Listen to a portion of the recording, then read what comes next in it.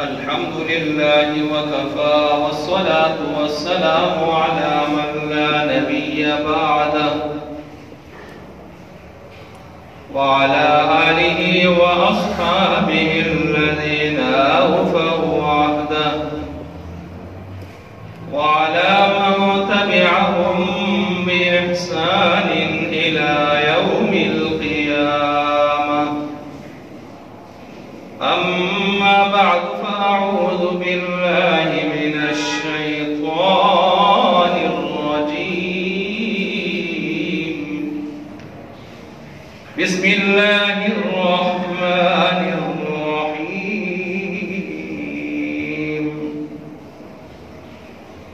ولله على الناس حج البيت من استطاع إليه سبيلا ومن كفر فإن الله غني عن العالمين.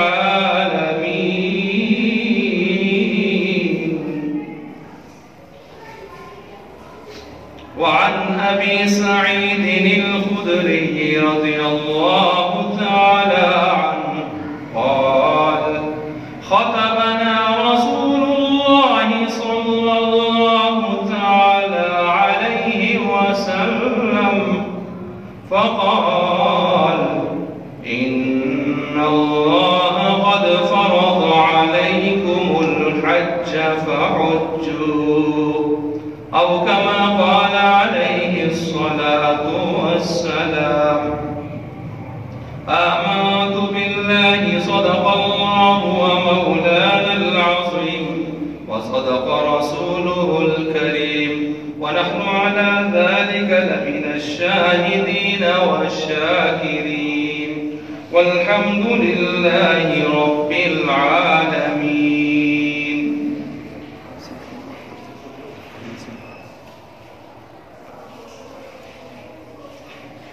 محترم المقام واجب الاحترام حضرات سامعین کرام،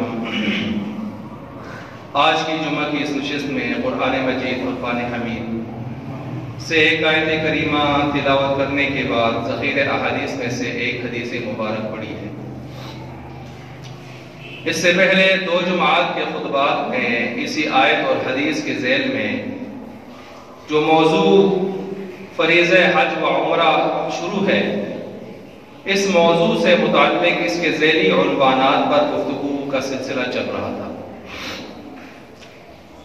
آج تیسرا جمعہ ہے اس موضوع کے حوالے سے، اور میں نے پہلے جمعہ میں یہ بات عرض کی تھی کہ فریضہ حج و عمرہ یہ جو موضوع ہے، اس کے ذیل میں 20 سے زیادہ ذیلی عنوانات آتے ہیں، اور وہ ذیلی عنوانات 20 کے لگ بھگ کیا ہیں وہ میں نے پہلی نشست میں ایک ایک کر کے سیریل وائز آپ کے سامنے گنے تھے. ان میں سے چند عنوانات پر اس سے پہلے 2 نشستوں میں گفتگو ہو چکی ہے، جن میں سے ایک عنوان حج اور عمرہ کا مفہوم آپ کے سامنے بیان ہوا تھا پہلی نشست میں. دوسرا عنوان حج فرض ہو جانے کے بعد بھی آدمی حج سے جی چراتا ہے، چور دروازے اختیار کرتا ہے، ہیلے بہانے کرتا ہے، تو ایسے ہیلے بہانوں کے کیا ہیں اور ان کے آزار کیا ہیں اور اس کا ازالہ اور تدارک کیا ہے. اس کے ساتھ تیسرا عنوان آپ کے سامنے رکھا تھا کہ حج کا جو سفر ہے حج و عمرہ کا، اس سفر حج و عمرہ کی سوغاتیں کیا ہیں. ہم تو یہ سمجھتے ہیں کہ پینے کا پانی زمزم لے آئے، کھانے کی کھجور لے آئے، زیادہ طاقت ہوئی تو عجوہ لے آئے، بس کام چل گیا.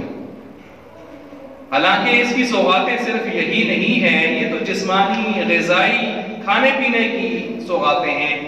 روحانی سوغات مومن کو پہلے دیکھنی چاہیے، اور اگر وہ نہیں دیکھیں گے تو پھر ہم تو گویا گئے تھے اور واپس آ گئے. تو وہ میں نے بھی آپ کے سامنے تفصیل سے بیان کی تھی. 4 سوغاتیں روحانی اعتبار سے مکہ کی اور 4 سوغاتیں مدینہ کی آپ کے سامنے میں نے پچھلے جمعہ بیان کی ہیں.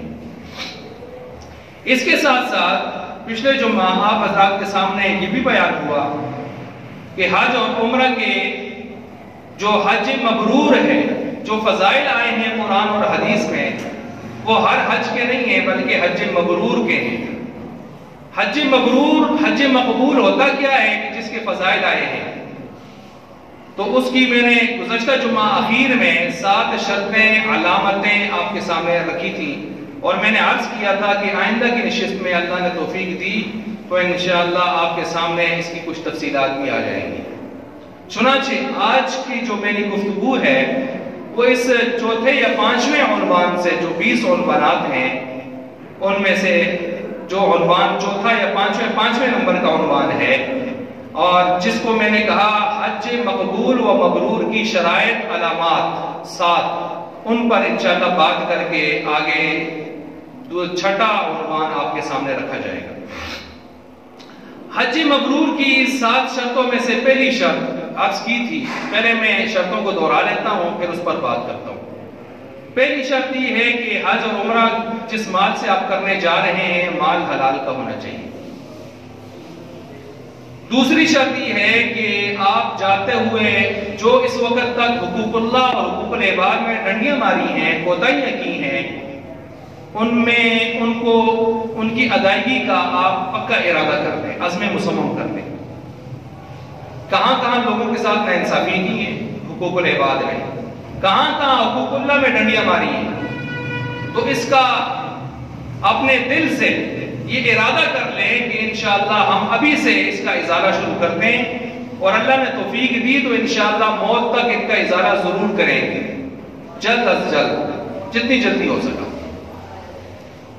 تیسری جو شرط ہے اس کے لیے، یہ تو 2 ہو گئی، تیسری ہے آپ حج اور عمرہ کرنے چلے ہیں تو یہ کوئی آسان کام نہیں ہے، گپ نہیں ہے، پہلے سیکھیں، مناسک حج و عمرہ سیکھیں۔ کس طرح سیکھیں اس پر میں بات کرتا ہوں۔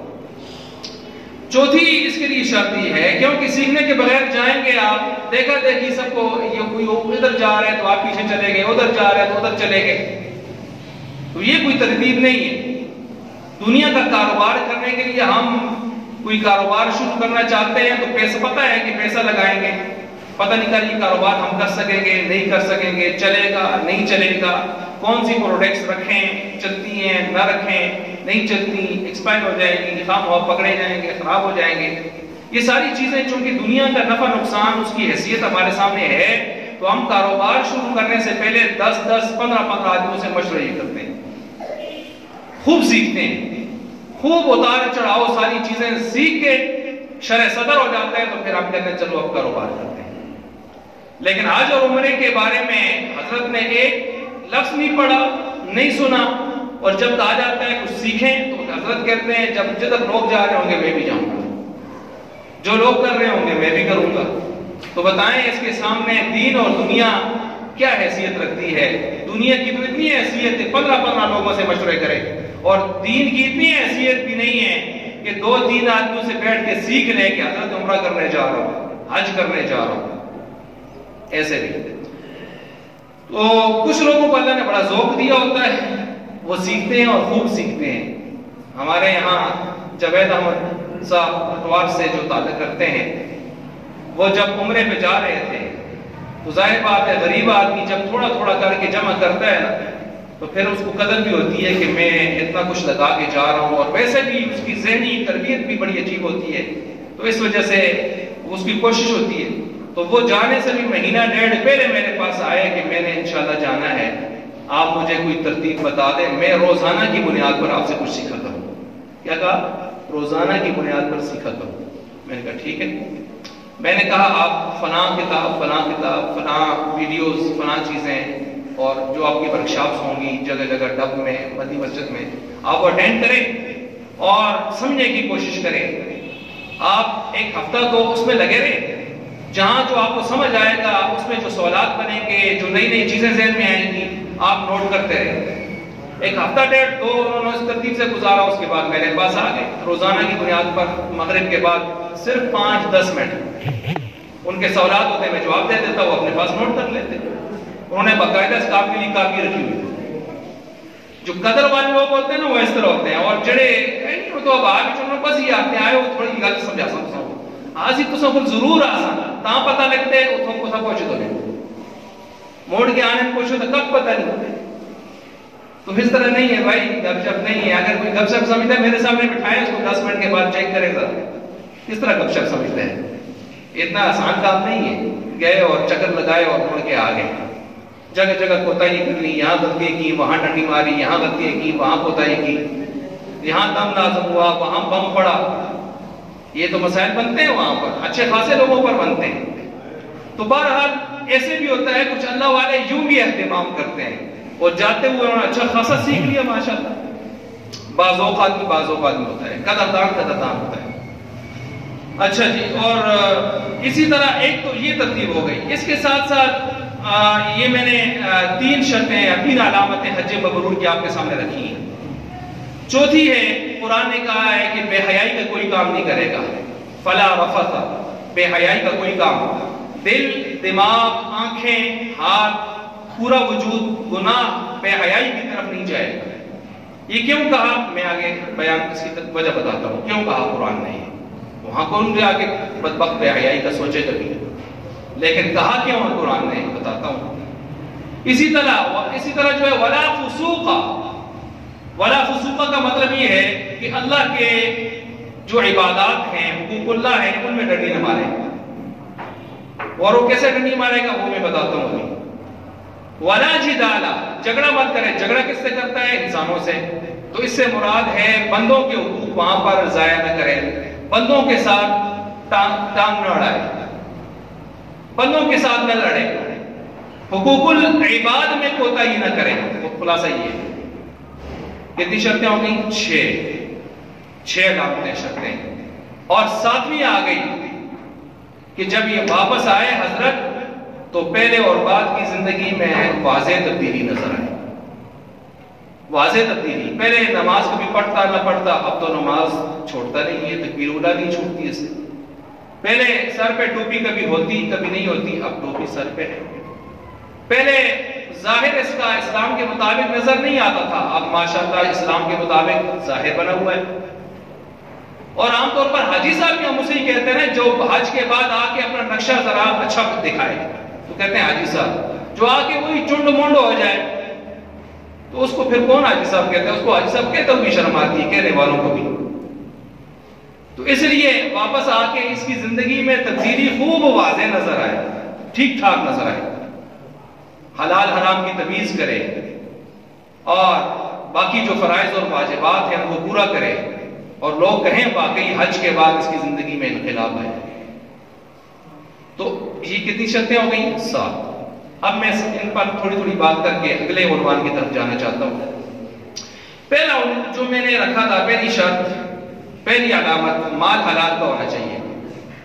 اب حرام کا مال پہن کے، لے کے، ٹکٹ لے کے، پاسپورٹ، ویزا، سارے اخراجات، وہاں بھی حرم میں جا کے کھانا پینا، ساری چیزیں حرام کی ہوں، لوگوں کے حق دبائے ہوئے ہوں، بہنوں کی میراث ماری ہوئی ہو، بیٹیوں کی میراث ماری ہوئی ہو، اور بہنوں کی ان کی جو ہے حضرت صاحب نے ساری میراثیں کھا کے بیٹیاں تڑپ رہی ہیں، بہنیں تڑپ رہی ہیں کہ ہمارا حق دیں، اور حضرت صاحب جو ہے موٹے موٹے بینس کی طرح آنکھیں نکالتے ہیں. تو اسی طرح بھائیوں کا حق دبایا ہوا ہے، لوگوں کی زمینیں زوراور ہے، دبائی ہوئی ہیں، اور کہیں رشوت لے کے لوگوں کے جیب صاف کر کے رشوت سے اس نے پیسہ بنایا ہے، کہیں سودی کاروباروں میں لگا ہوا ہے، سود کے ذریعے سے پیسہ بنایا ہے، کرپشن کر کے پیسہ بنایا ہے. تو اس طرح کی چیزیں جو ناجائز طریقہ کار ہیں، باطل طریقہ کار ہیں، ان سے پیسہ بنا کے ایک آدمی حج اور عمرے کو چلتا ہے، بڑے شرم کی بات ہے، بڑے شرم کی بات ہے. اب یہ جا کے حج اور عمرہ جو کرے گا، یاد رکھیں حج اس کا ہو جائے گا، بایمانہ ہو جائے گا کہ قیامت والے دن یہ نہیں پوچھا جائے گا آپ نے حج فرض تھا تو کیوں نہیں کیا، حج ہو جائے گا. لیکن حج کا جو ثواب ہے، جو رونقیں ہیں، جو نور ہے، جو فضائل ہیں، ان میں سے کخ نہیں ملے گا اسے، کخ نہیں ملے گا اسے. جو اجر ہے، ثواب ہے، حج مبرور کے رتبے ہیں، مقام ہیں، جو میں آگے بیان کروں گا فضائل میں، وہ اس کو نہیں ملے گی. بس یہ نہیں پوچھا جائے گا کہ حج کیوں نہیں کیا، بس حج کیا ہے. کیا کیا ہے؟ سر سے اتارا ہے، سر سے اتارا ہے. تو اس لیے اس چیز کو ذہن میں رکھنا چاہیے. اور میں نے ایک روایت سنائی تھی پچھلے جمعہ کہ اگر کوئی آدمی بیت اللہ میں پہنچ کے غلاف کعبہ پکڑ کے بھی کہتا ہے یا ربی یا ربی، حال یہ ہے کہ کھانا پینا پہننا حرام کا ہے، تو اس کی دعا وہاں پر بھی رد کر دی جاتی ہے، بیت اللہ کے ساتھ چمٹ کے بھی رد کر دی جاتی ہے.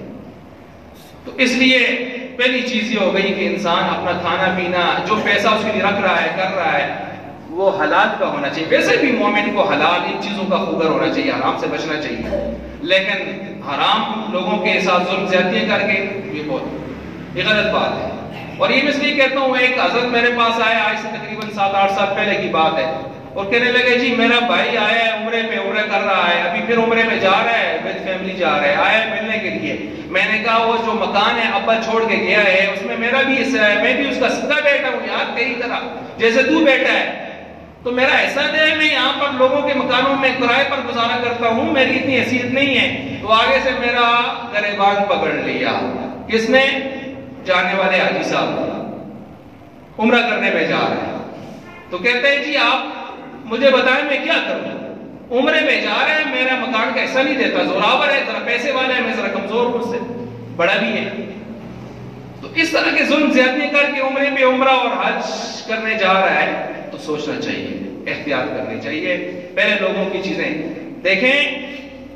ایک آدمی کا قرضہ ہے مرنے والے پر، مر گیا ہے، کفن دفن کر کے آپ نے اس کو رخصت کر دیا، تو اس کی جو میراث جو ترکہ چھوڑتا ہے وارثوں میں اس وقت تک تقسیم نہیں کیا جائے گا جب تک کہ قرض خواہوں کا قرضہ نہ ادا کیا جائے. قرض خواہوں کا قرضہ صاحب حق کا حق ادا نہ کر دیا جائے. جب صاحب حق کا حق ادا کریں گے، قرضے آپ دیں گے، اس کے بعد جو رقم بچے گی پھر آپ اس رقم کو آگے تقسیم کریں گے 1/3 کے حساب سے. دیکھیں کہ وصیت ہے نہیں ہے فلاں وہ چیزیں، پھر وصیت بھی بعد میں ہے، پھر میراث بھی بعد میں ہے. پہلے قرض ہے، قرض میں اگر سارا مال جاتا ہے چلا جائے، وارث اپنے میراث کا تقاضا نہیں کر سکتے کیونکہ مال ہی قرضے میں گیا. یہاں تک کہ بیوی اگر مہر ادا نہیں کیا تھا تو بیوی اپنا قرضہ مہر والا بھی لے سکتی ہے، وہ بھی قرضہ ہے. اور اس کے بعد جا کے پھر اپنا 1/8 یا 1/4 جو اس کا حصہ بنتا ہوگا وہ بھی لے گی. اور ہمارے ہاں اس چیز کا کوئی لحاظ رکھا نہیں جاتا، مار کس کہہ دیا تھا، کس دے دیا تھا، کس کہتے. اور ایک روایت میں آتا ہے کہ جو شخص مہر کو کب شخص سمجھتے ہوئے زندگی گزار کے چلا جائے کل اللہ کے دربار میں زانی کی حیثیت سے پیش ہوگا. کب سمجھتا ہے اس کو؟ اور قرآن نے اس کے اوپر شرم دلائی ہے. کیف تأخذونہ وقد افضى بعضکم، اور کھاسو کیا تسی شرم نہیں آتی ہے، تو ہم کو بیوی کا مار کھاسو، شرم نہیں آتی آپ کو، کھاؤ گے کیسے بیوی کا مار؟ یہاں مار جاتے ہیں. یہ پریشانی ہے، وہ پریشانی ہے، اور پھر دے دیں گے آپ کو، پھر بنا کے دے دیں گے، زیور شیور فلاں کر دیں گے. کھا گئے، پھر دینے کا کبھی خیال بھی نہیں آیا، لگا گئے. تو اس طرح یہ چیزیں نہیں ہیں. تو عرض کر رہا تھا کہ پہلی چیز آ گئی حلال، مال حلال کو ہونا چاہیے. یہ میں نے کی ہے تشریح آج کے دور کے لحاظ سے. میرے خیال سے آپ کو میری مثالیں سمجھ آئی ہوگی کہ کہاں کہاں لگتی ہیں، کیسے لگتی ہیں، اور واقعی یہ مسائل ہوتے ہیں. دوسری شرط ہے حقوق اللہ میں اگر کوئی ڈنڈیاں ماری ہیں تو ان کو جو ہے ٹھیک کرے. حقوق اللہ، حقوق العباد. حقوق اللہ سے مراد ہے نمازیں آج تک پوری طرح نہیں پڑھی، فرض نمازیں رہتی ہیں، حساب کریں. فرض روزے رمضان کے رہتے ہیں، حساب کریں. واجب روزے کہیں اس پر آئے تھے، واجب ہو گئے تھے، حساب کریں. اور جو فرائض اور واجبات ہیں، زکوٰۃ آج تک نہیں دی، مال ایک عرصہ سے صاحب نصاب ہے، حساب کریں. جو فرائض اور واجبات ہیں اللہ کی جن میں اس نے کوتاہی کی ہے، اب ان کا حساب کریں. کس عمر سے لڑکا ہے تو 12 سال سے احتیاط کر، لڑکی ہے تو 9 سال سے احتیاط کر اوپر. آج کتنی عمر ہے، اس کے بعد سے کتنی عمر بنتی ہے، کتنی عمر سے نمازیں پوری شروع کی ہیں، روزے پورے شروع کیے ہیں، اتنے سال نکال دیں. تو 12 سے آگے، 9 سے آگے جتنے سال اب تک بنتے ہیں اس میں سے جتنی عرصہ پہلے پابندی شروع کی ہے اتنا عرصہ جتنے سال بنتے ہیں وہ بھی نفی کر دیں، منفی کر دیں. تو اس کے بعد جو بچیں گے اس کی اس نے زکوٰۃ بھی آتی ہے اس پر اگر صاحب نصاب رہا. اور روزے بھی آتے ہیں اور ساتھ ساتھ نمازیں بھی آتی ہیں. اب ادا کرے گا ایک ترتیب سے. اب یہ ادائیگی ابھی سے شروع کر دے یا عزم مصمم کر دے کہ میں نے انشاءاللہ موت سے پہلے اللہ نے توفیق دی میں ان چیزوں کو ادا کروں. یہ پتہ چلے گا باقی حضرت صاحب حج کرنے جا رہے ہیں, عمرہ کرنے جا رہے ہیں, سیر سپاٹا مارنے نہیں جا رہے ہیں. کیونکہ بعض ایسی روایات ہمیں ملتی ہیں کہ قیامت کے قریب ایسے بھی لوگ ہوں گے, نام تو عمرے کا ہی ہوگا, سفر حج کا ہی ہوگا, لیکن کوئی سیر سپاٹا مارنے جا رہا ہوگا. کوئی تھا پولیس ڈھونڈ دی اسی تو تھا عمرے کا زور رکھ سکتے, عمرے نہ کرے گا دوسری بات, یہاں جرم کیا ہوگا. اور کوئی سیر سپاٹا مارنے جا رہا ہوگا, چلیں جی سیر سے کر کے آ جائیں گے, بچے بھی خوش ہو جائیں گے, بڑی بڑی بڑی جگہ. اور کوئی معیشت کے لیے جائے گا, وہاں کاروباری سلسلے ہیں اس کے, سونا بڑا اچھا ملتا ہے, پاکستانی کھوٹ پوٹ ڈالتے ہیں, ادھر ذرا اچھا مل جاتا ہے, سونا شونا لے آئیں گے ادھر سے, شادیاں آگے یہاں لا کے بیچیں گے, کچھ کریں گے. تو مختلف بہانے ہو سکتے ہیں, کوئی معیشت کے ہو سکتے ہیں, کوئی شہرت کے ہو سکتے ہیں, شہرت کے, اور کچھ دیپ جو ہے سیر سپاٹے کے ہو سکتے ہیں. تو یہ چیزیں یہ نہ ہو, یہ نہیں ہے. ہاں قرآن نے دوسرے بارے میں یہ تصور دیا ہے کہ آپ کا اصلی مقصد تو ایک فریضے کی ادائیگی, اللہ کی رضا حاصل کرنا ہے, اور پھر وہ ادا کر چکے ہیں تو ذہن میں یہ ہے کہ چلے چلتے ہوئے فلاں چیز بھی خرید لوں گا, سونا خرید لوں گا, فلاں چیز. تو منع نہیں ہے, آپ خرید سکتے ہیں, دوسرے بارے میں اجازت موجود ہے. لیکن آپ یہیں سے اصل مقصد اس کو رکھیں اور اس کو رکھیں بہانہ, تو پھر معاملہ خراب ہے, پھر معاملہ خراب ہے, پھر نیت میں فطور ہے. اور یہ ہو گئی دوسری چیز کہ میں نے کہا اللہ کے حقوق میں ڈنڈی مارنا کس طرح ہوتا ہے, اس طرح ہوتا ہے.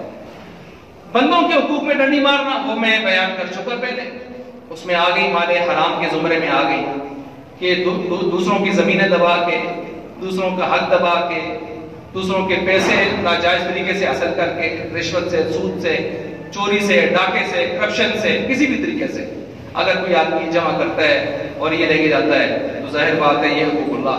اور صرف مالی ہی نہیں, جانی بھی, کسی پر ظلم زیادتی کی ہے, کسی کو مارا ہے, لتاڑا ہے, گالم گلوچ کی ہے, اس طرح کی چیزیں کی ہیں, کچھ بھی ہوا ہے, ان ساری چیزوں کا ازالہ کر لیں, ان ساری چیزوں کا ازالہ کر لیں. وہ کہتے ہیں نا, کہنے والے نے کتنی اچھی بات کہی ہے, جب اس سفر پہ جا رہے ہوں تو آپ لوگوں کے پاس جائیں اور لوگوں سے معافی تلافی کریں, اور جب آپ واپس آئیں سفر سے پھر ان کا حق ہے وہ آپ کے پاس دعا کے لیے آئیں. کس کے لیے آئیں؟ دعا کے لیے آئیں. حدیث میں دعا کا ذکر ہے. ہم کہتے ہیں جل کھجورا کھا سٹا اس کو, جل پانی پی سٹا زمزم, ٹھیک ہے, لیکن حدیث میں ہے کہ اس کے پاس دعا کے لیے جائیں گے. اچھا, یہ دوسری چیز ہو گئی حقوق اللہ, حقوق العباد کے اندر یعنی انسان احتیاط کرے. تیسری چیز میں نے کہا مناسک حج و عمرہ سیکھنا, اس پر کچھ بات میں کر بھی چکا ہوں. اس کو کیسے سیکھنا چاہیے؟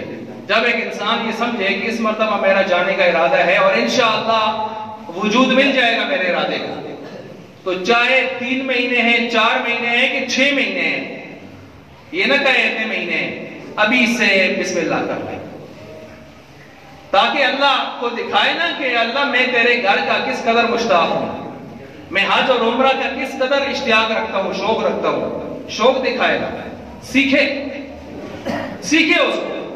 اب ابھی سے جتنے مہینے میں رہتے ہیں کتابچے لے, کتابچے کیسے پوچھے؟ علماء سے پوچھے. مفتی ابو لبابہ صاحب کا بڑا خوبصورت کتابچہ ہے, مفتی محمد صاحب کا بڑا خوبصورت کتابچہ ہے, مفتی سعید احمد رائے پوری صاحب کا خوبصورت کتابچہ ہے. آج کل تو ماشاءاللہ ڈیجیٹل زمانہ ہے, تو ڈیجیٹل دور میں کتابیں بھی ڈیجیٹل آ گئی ہیں, آپ سافٹ پر بھی پڑھ سکتے ہیں, ہارڈ میں بھی پڑھ سکتے ہیں. اور آج کل قدم بقدم حج عمرہ بھی آ گئے ہیں کہ اس موقع پر کیا کریں گے, اگلے موقع پر کیا کریں گے, ایسے اوپر نیچے ڈیزائن دے کے حج عمرہ سکھایا ہوتا ہے, سمجھایا ہوتا ہے. تو اس طرح سمجھیں. یہ شارٹ موٹی موٹی چیزیں جو ضرورت کی ہیں وہاں سے سمجھتا چلا جائے.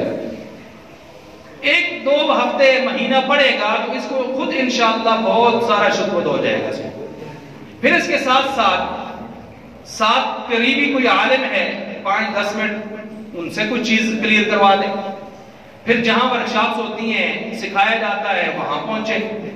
یوٹیوب کے اوپر بعض علماء اچھا سکھاتے ہیں, ان کے بارے میں معلومات کر لیں کون اچھا سکھاتے ہیں, تو ان سے سیکھ لیں.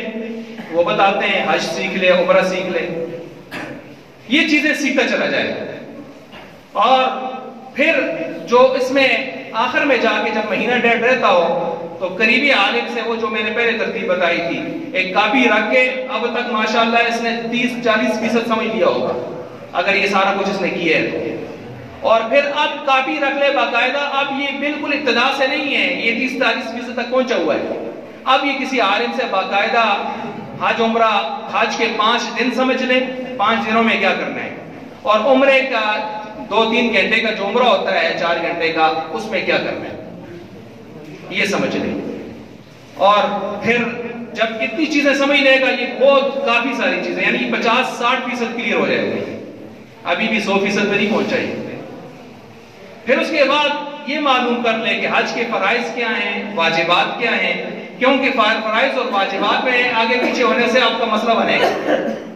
سنتیں معلوم کر سکتا ہے، اچھی بات ہے، نہیں کر سکتا تو اتنی ٹینشن نہ لے.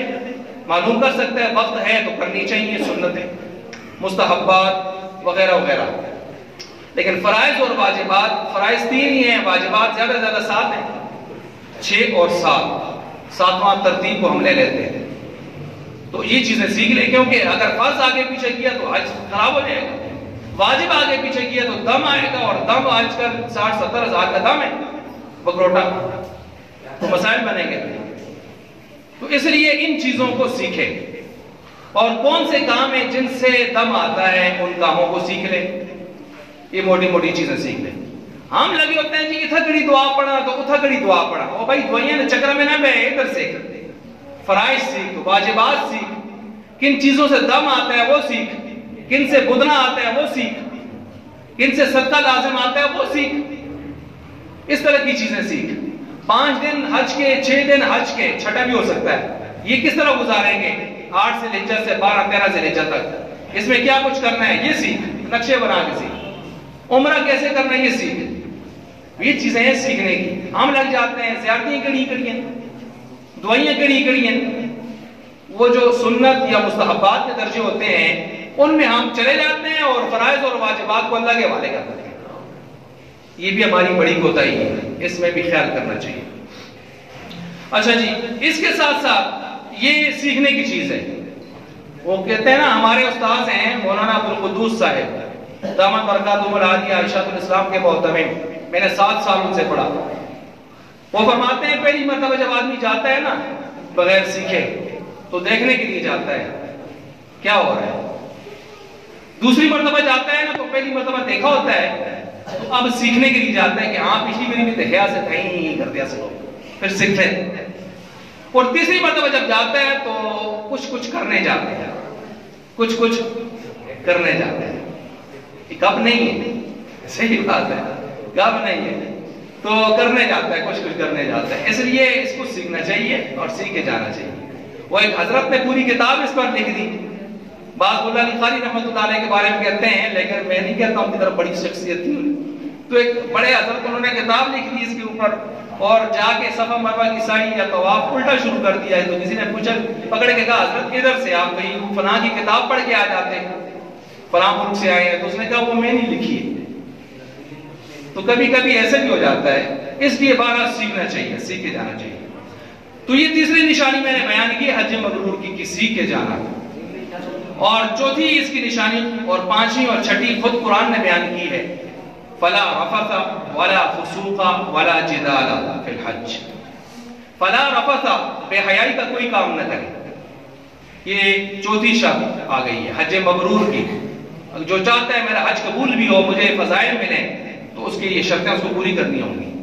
فلا رفث، گناہ کا کام یعنی بے حیائی کا کام نہ کرے. بے حیائی کا کیا مطلب ہے؟ چونکہ وہاں پر مرد اور عورتوں کے لیے الگ سے کوئی کعبہ تو نہیں ہے، ایک ہی کعبہ ہے سب کا مسلمانوں کا.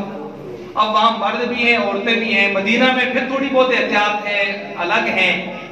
وہاں بھی آنا جانا سفر میں آمنے سامنے عورتیں رہتی ہیں، لیکن مسجد نبوی میں ان کو الگ احاطے میں کیا ہوتا ہے، لیکن پھر بھی آنا جانا لگا رہتا ہے.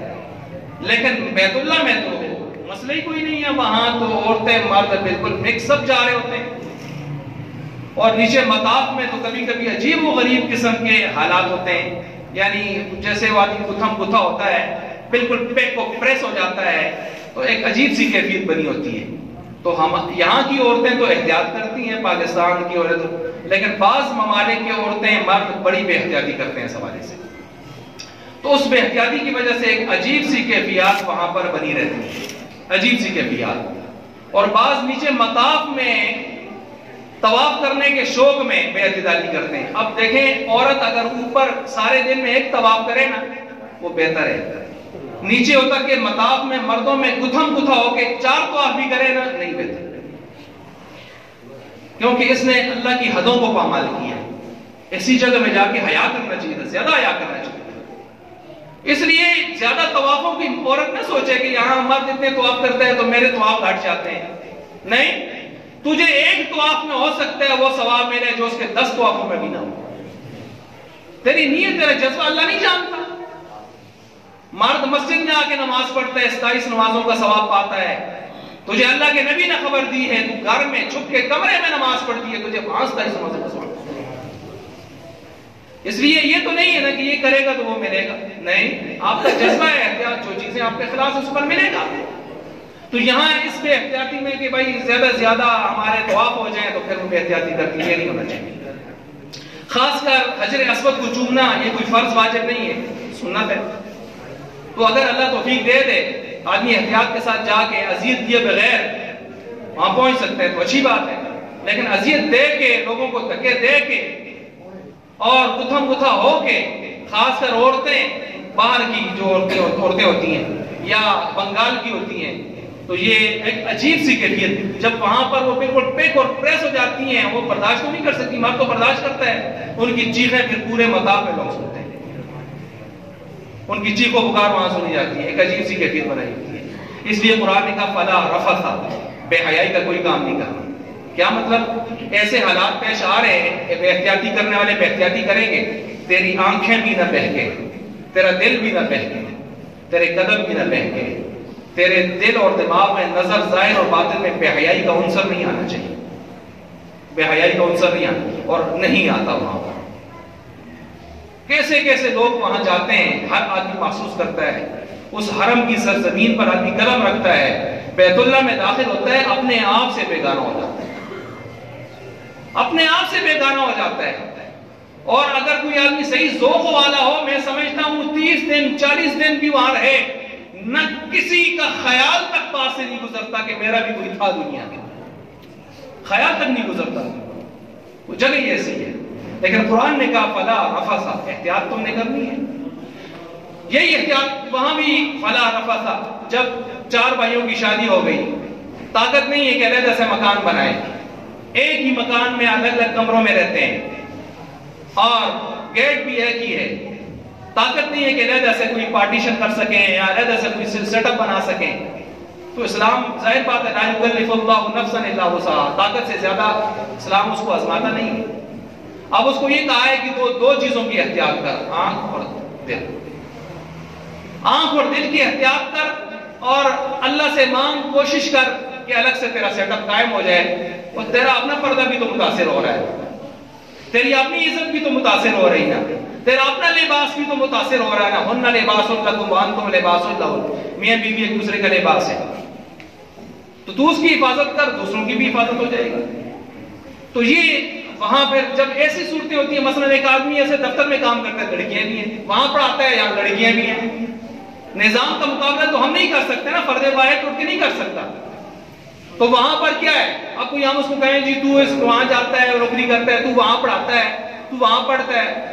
دماغ کا اصلاح کرنی چاہیے. بھائی کیا کرتے ہیں؟ دنیا نظام آپ نے چھوڑ دیں، ٹھپ ہو جائے، گھر میں بیٹھ جائیں، جائل مریں، نوکری نہ کریں، بھوک سے مریں، کریں گے نہ جا کے. لیکن اسلام کہتا ہے پھر آنکھوں کی اور دل کی حفاظت کر، اور کوشش کر جتنی جلدی ہو سکے اس نظام سے جان چھڑا. اس کے لیے کوشش بھی کر، اس کے لیے آگے قدم بھی بڑھا. جو لوگ اس کے لیے کوشش کر رہے ہیں ان کے ہاتھ بھی مضبوط کر، اور استغفار بھی کر. یہ تقویٰ کا درجہ ہوگا، استغفار بھی کر، تقویٰ کا درجہ ہوگا. فتویٰ کا نہیں کہ ضروری ہے، کیونکہ اس کا بس نہیں چلتا. ہاں جہاں اس کا بس چلتا ہے اور کہتا ہے چلتی ہے جی کوئی گل نہیں، ماڈرن دور ہے، اب یہ پکڑا جائے گا، اپنی استطاعت کی قدر پکڑا جائے گا. اور ہم سمجھے نہ سمجھے اس اللہ کی نظر میں یہ آگے ہے. اس کی پکڑ ہو سکتی ہے، یہ چیز ہے۔ تو جہاں انسان کے بس چلتا ہے وہاں نہیں ہے۔ اس دن ایک مسئلہ جس طرح میرے سامنے آیا، جی پی فنڈ لوگ نکالتے ہیں، جی پی فنڈ پر انٹرسٹ جو لگتا ہے تو ظاہر بات ہے یہ اس کو کسی نے سود نہیں کہا، ٹھیک ہے۔ کچھ لوگ حضرات تقوی کی بنیاد پر نہیں لیتے ہیں، کچھ لے لیتے ہیں اپلائڈ فار جی پی اس کے لیے جو انٹرسٹ کے لیے کیا ہوتا ہے انہوں نے۔ تو آپ اس میں یہ کرتے ہیں کہ جب جی پی فنڈ قرضے کے طور پر لیتے ہیں تو حکومت ان سے پھر واپس لیتی ہے قسطوں میں، 36 قسطوں میں یا اس سے زیادہ کم کرنا چاہیں آپ کی مرضی ہے، زیادہ سے زیادہ 36 قسطیں 3 سال میں آپ سے واپس لیتی ہے، لیکن 45 سال تک لیتی ہے جب آپ کی عمر 45 سال نہیں ہوئی۔ 45 سال کے بعد آپ کو اختیار دیتی ہے کہ آپ واپس کریں یا نہ کریں، آپشنل ہے۔ اب جب 45 سال آپ کی عمر نہیں ہوئی اور آپ واپس کرنے کے پابند ہیں، اب آپ سے جو لے رہی ہے اس میں جو اضافہ آ رہا ہے وہ سود نہیں ہے۔ ظاہر بات ہے آپ سے رقم چھینی جا رہی ہے، قرض نہیں لی جا رہی، اور چھینی ہوئی رقم پر جو اضافہ ملے وہ سود نہیں ہوتا، قرض پر سود ہوتا ہے، سیدھی سی بات ہے۔ لیکن جب آپ 45 سال عمر پوری کر کے جی پی فنڈ نکالتے ہیں، اس کے بعد آپ آپشنل ہے واپس کریں یا نہ کریں، تو اب اگر آپ واپس کریں گے تو اس پر جو آپ کو ملے گا وہ سود ہے۔ کیوں سود ہے؟ اس دن ایک مفتی صاحب اڑ گئے مجھ کو میرے ساتھ، وہ نکال رہے تھے، ان کو عمر 46 سال تھی، کہتے نہیں ہے، میں نے کہا ہے، کہتے کدھر ہے؟ میں نے کہا میں ابھی آپ کو اصول تو یہی ہے، فتویٰ نکالتا ہوں۔ میں نے ڈھونڈا مجھے جامعہ عثمانیہ پشاور کا فتویٰ مل گیا۔ میں نے کہا یہ لو حضرت مفتی غلام الرحمان صاحب، یہ لو فتویٰ، ٹھیک ہے۔ جب آپ کا اختیار آ گیا ہے تو اختیار کے ساتھ جو چیز دے رہے ہیں وہ غصب نہیں ہے نا، چھینی نہیں جا رہی، وہ قرض ہے۔ اب اس پر جو ملے گا آپ کس طرح اس کو کہیں گے کہ جائز ہے؟ کہتے اچھا آج مجھے یہ مسئلہ سمجھ آیا مفتی صاحب۔ بہرحال اختیار کی چیزیں اس میں فرق ہوتا ہے۔ تو عرض کر رہا تھا کہ فلا رفث، یہ اس میں احتیاط ہے، اور اسی طرح ولا فسوق، ڈنڈی نہیں مارنی حقوق اللہ میں بھی۔ حقوق اللہ میں ڈنڈی کیسے مارتے ہیں؟ یہاں سے نکل گئے بس اللہ کے راستے میں ہیں، نماز جماعت کے ساتھ پڑھی کہ غیر جماعت کے ساتھ پڑھی، کوئی مسئلہ نہیں، پڑھنی ہے نماز ہی پڑھنی ہے۔ ادھر پہنچے حاجی کیمپ میں، سوتے دے رہے نماز نہیں ہے، سوتے دے۔ ہم نے دیکھا اپنی آنکھوں سے دیکھا، دیکھا دیکھی جو ہے نا آنکھوں دیکھا سارا حال بیان کر رہے ہیں۔ حاجی کیمپ میں فرض نمازیں جا رہی ہیں اور اثر خٹے روز زور رہے تھے۔ اچھا ادھر سے پھر نکلے جہاز میں پہنچے، جہاز میں 350 آدمی بیٹھا ہے تو اس میں سے 20 آدمی نماز نہیں پڑھتے۔ ہاں جہازہ میں نماز نہیں ہوتی یار۔ ایک مولوی صاحب نے ادھر بھی فتویٰ کیا تھا مانسرے میں، جہاز میں نماز نہیں ہوتی۔ میں ماشاءاللہ ایسے نوے مولوی نکلے تھے تو کام خراب ہو سی، جہاز میں نماز نہیں ہوتی۔ بھائی جہاز میں بھی نماز فرض ہے، کشتی میں بھی نماز فرض ہے، لانچ میں بھی ہے، جہاں جہاں آپ ہیں نماز ہے۔ البتہ نماز کی ادائیگی کے طریقے ہوں گے حالات کے مطابق، کیوں نہیں ہے نماز فرض؟ الحمدللہ ہم نے وہاں 38,000 فٹ کی بلندی پر اذان بھی دی اور جماعت کے ساتھ پڑھی نماز، درمیان میں سے کھڑے ہو گئے، کھڑا ہوا پیچھے آ کے کھڑے ہو گئے، اللہ اکبر چلو جی۔ اور باقیوں نے جو ہمارے ساتھ تھے تو انہوں نے ایکا دکا کر کے نماز پڑھی، اور آئے جی وہ جو ہوتی ہیں وہاں انہوں جہاز میں نماز نہیں ہوتی، انہوں نے یہ فتویٰ دیا۔ ہم نے کہا یہ فتویٰ اپنے پاس سنبھال کے رکھیں۔ تو دیکھیں 350 میں سے 20-25 آدمی بھی نماز نہیں پڑھتے جہاز میں۔ آپ نے خود جو حضرات گئے ہیں میری تصدیق کریں گے، تائید کریں گے۔ تو یہ حقوق اللہ میں ڈنڈیاں یہیں سے شروع ہو گئی ہیں۔ نماز فرض جا رہے تھے مبارک سفر پہ اور نماز کو گپ سمجھ رہے تھے۔ پھر وہاں پہنچ کے بھی یہی ترتیب ہوتی ہے۔ جد ایئرپورٹ پر پہنچا، عزیزیے میں پہنچا، تھکا ہوا ہے، تھکاوٹ ہے، اللہ دے گھر بھی جائے نہ ہونے انشاءاللہ کچھ بات نہیں۔ اسی جس نے گھر چلتے رہا تھا نکی مکی کوتاہی نہیں کر کے رہا تھا، بڑا مہمان ہے یار، اور اللہ دے پکے پکے مہمان ہے، اور جے کچھ کرسا کوئی گل بھی نہیں لگے۔ اور بھائی جاؤ حرم میں نماز پڑھو، عزیزیہ میں کہتے ہیں عزیزیہ بھی حرم میں آتا ہے، تو ادھر بھی 1 لاکھ نمازاں ثوابتہ سوتے نے بھی پڑھ کے پڑھ سکتے آپ نے اپنی ادھر بھی مل سکتے، یہ وہاں بھی کام لگا رہتا ہے۔ میں نے کہا عرفات میں ہوتے ہیں، عرفات میں دہی اور لسی کھا کھا کھا کے وہاں بھی لیٹے رہتے ہیں، کہتے ہیں کہ سوتے تک بھی آدمی حاجی ہو جاتا ہے عرفات میں۔ کوئی پرندہ ہو تو لنگ ہو، عرفات والے جائے نواز سے جاتے ہیں وہ بھی حاجی ہو جاتا ہے ماشاءاللہ۔ اور بھائی یہ کس قسم کی منطقیں ہم نے پکڑی ہوئی ہیں، تو اس لیے یہ میں نے کہا یہ ہوتا ہے وہاں، تو اس لیے قرآن نے کہا ولا فسوق، اللہ کے حقوق میں ڈنڈی نہیں مارنی، ولا جدال، اور حقوق العباد میں بھی ڈنڈی نہیں مارنی۔ حقوق العباد میں ڈنڈی کیسے مارتے ہیں؟ حقوق العباد میں ڈنڈی ایسی ہوتی ہے، مطاف میں طواف کر رہا ہے، پیچھے سے دھکا آیا، ریلا آیا، اس بیچارے کا کوئی قصور نہیں ہے، یہ چائے لگے اگلے موڑے تھا، اگلے پیچھے موڑے، پہلے تک تو ہی ہے اس کو باٹیے کر کے، آرام سے لے کے چل رہا ہوں. کہتا ہے جی میں ایک کلا مسافر کو سنکیت تھیلا مار سکتا وہ پیچھے درست ہے آرام سے چلو. اچھا جی تھوڑا آگے پھر پیچھے دھکا لگا پیچھے مڑ گئے چماٹے چلے گئے. اپنی آنکھوں سے میں نے دیکھا چماٹے مارتے ہوئے لوگ. اور اللہ معاف کرے 2 مرتبہ گالیاں دیتے ہوئے مطاف میں گالیاں دیتے ہوئے بنگالی کوئی تھے انہوں نے گالیوں کو پاس کیا. اور یہ جو کارے بیچارے ہوتے ہیں ان میں وہ 6-6 7-7 ریلا بنا کے ریل گاڑی چھکا چھک بنا کے آگے چلتے ہیں. اور ان سے تو ہمارے لوگ ویسے بھی بھاگتے ہیں بڑے زوراور ہوتے ہیں. تو ایک ایسے جا رہا تھا چھکا چھک تو وہ تو نکل گیا. لوگوں کو آیا ہوتا بڑا غصہ ان کو دیکھ کے بول نہیں سکتے تو تگڑے تگڑے تھے. پیچھو ایک بیچارہ ماڑا یا کارا جوتا سے اس کو کوٹ تک مطاف میں اس کو وہیں کوٹ چکے. تو یہ وہاں پر لڑائی جھگڑے مطاف میں بھی ہوتے ہیں. اتنی مقدس جگہ میں بھی اس قسم کی باتیں ہوتی ہیں. اور خاص کر مکہ میں ویسے بھی جلال ہے مدینہ میں جمال ہے. اور جلال جہاں زیادہ ہے وہاں جلال آدمی کو آتا رہتا ہے غصہ آدمی کو آتا رہتا ہے نہیں کرے گا. خاص کر جڑا درمت کوئی دل دل اٹھا سکتا. تو اس لیے یہ برداشت کرنا ہے. ولا جدال لڑائی جھگڑے نہیں کرنے. آپ کو کھانے کے وقت میں بھی ہو سکتا ہے مسئلہ ہو, آپ کو چلنے میں مسئلہ ہو, صفا میں مروا ان پر مسئلہ ہو, آپ کو کہیں کسی قدم پہ دھکا لگ سکتا ہے, کچھ بھی ہو سکتا ہے. نہیں احتیاط سے. یہاں تبلیغ جماعت والوں کا اجتماع ہوتا ہے لاکھوں کا ہوتا ہے اجتماع. جس سے دھکا لگ جاتا ہے جس کو لگ گیا ہے وہی کہتا ہے جی معاف, حالانکہ اس کو لگا ہوتا ہے دھکا. کتنی احتیاط سے چلتے ہیں. وہاں مختلف ممالک کے لوگ ہوتے ہیں, ہر ذہن کے لوگ ہوتے ہیں. یہ قرآن نے کہا بلا جدارہ, تو اپنے سے احتیاط شروع کر, برداشت کر. تو یہ ہو گئی 6ٹھی شرط. اور 7ویں ہے انقلابی زندگی میں. جب واپس آئے تو اس کی زندگی میں کیا نظر آیا کہ انقلاب نظر آیا. یہ جب واپس آیا ہے تو اب لوگ اس کو دیکھ کے اس کی مثالیں دیں. فلاں حضرت جب حج سے واپس آئے کیا پوچھتے ہو زندگی میں تبدیلی آ گئی. ایسا نہ ہو کہ لوگ اس کی مثالیں دیں. یار حج تک فلاں آدمی گیا مڑ کے آیا, کہ پوچھتے ہو یار وہ پہلے گل بھی 2 ہاتھ اگا گیا حاجی فلاں بن گیا تو حاجی فلاں بن گیا یہ نہ کہا جائے. لوگ حج کو بدنام کرتے ہیں حالانکہ حج نے اس کو نہیں سکھایا نا جا کے یہ کام کرنا. آپ کوئی نماز پڑھ کے بعد جا کے غلط کام کرے تو کہیں جی نمازی ہے نا, یہ اور نماز پڑھ کے یار نماز نے تو نہیں سکھایا, روزے نے تو نہیں سکھایا. یہ تو روحانیت سکھاتی ہے. ان الصلاۃ تنہی عن الفحشاء والمنکر. قرآن کہتا ہے نماز کو روکتی ہے بے حیائی کے کاموں سے, گناہ کے کاموں سے. اور یہ اس کو تانا دیتا ہے تو نمازی ہے نا تاں کم کر دے. اور ہمارے مسلمانوں کے کہتے ہیں ایسی مسلمان ہیں نا تاں کم کر دیں.